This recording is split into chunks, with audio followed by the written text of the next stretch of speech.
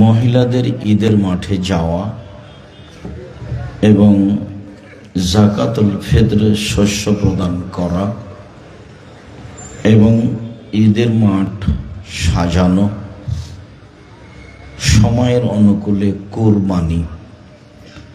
বিষয়গুলি নিয়ে আমরা অতীব সংক্ষিপ্তভাবে আলোচনা করব আশা করছি ইনশাআল্লাহুল আজিজ।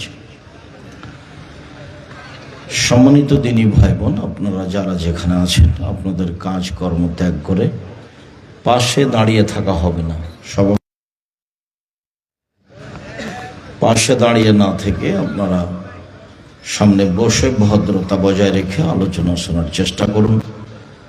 আমরা ঈদের পরপরই অনেক পথ অতিক্রম করে আপনাদের জন্য এসেছি, কাজে আপনারা এই বৈঠককে